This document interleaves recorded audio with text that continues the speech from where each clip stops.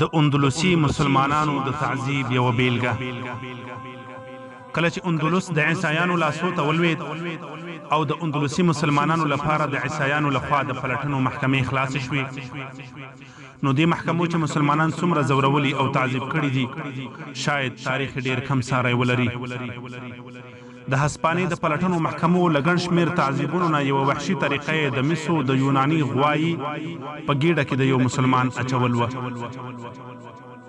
انسانی ذهن که خیر او کو تصو کړل سي عجیبه ابداعات او اختراعات رامنځته کوي، او دا راز که د شر او ضرر لور ته لګیا شي هم عجیبه فتنې او فسادونه رامنځته کوي. زه د عیسایانو د تعذیب د عجیبه وحشي طریقې حق پک او وزورولم.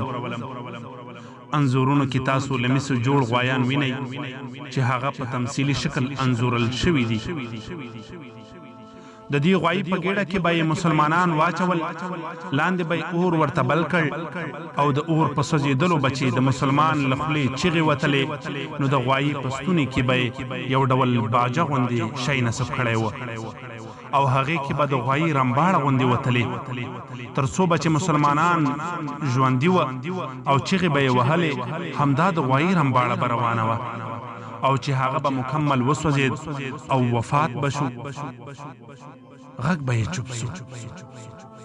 دا د هغه غرب د تعذیبونو او وحشتونو عجیبه او نادرې بیلګې دي چې نن د اسلامي نړۍ په هیوادونو کې سیکولران د مدافع وکیلانو رول ترسره کوي.